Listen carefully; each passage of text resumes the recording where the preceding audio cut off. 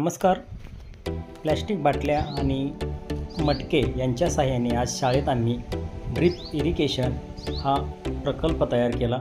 त्यासाठी मुलांच्या साहाय्याने मटके गोळा करून ते मटके प्लॅस्टिक बाटल्यात पाणी भरून ठेवलं आणि त्या प्लॅस्टिक बाटलीत झाकणाचे एक छिद्र पाडण्यात आलं. तसेच जी मडकी गोळा केली होती ती सर्व मडकी गोळा केलेली मटकी झाडापाशी ठेवली आणि त्यात पाणी भरून ठेवलं आणि जे प्लॅस्टिक बाटल्या ठेवल्या होत्या भरून ठेवल्या होत्या त्यावर ठेवण्यात आली. जसे त्या पाण्यातील मटक्यातील पाणी संपेल तसं त्या बाटलीतले पाणी त्या झाडांना मिळत राहील आणि त्या उन्हाळ्यात ते आपली सर्व शाळेतील सर्व झाडं जगतील.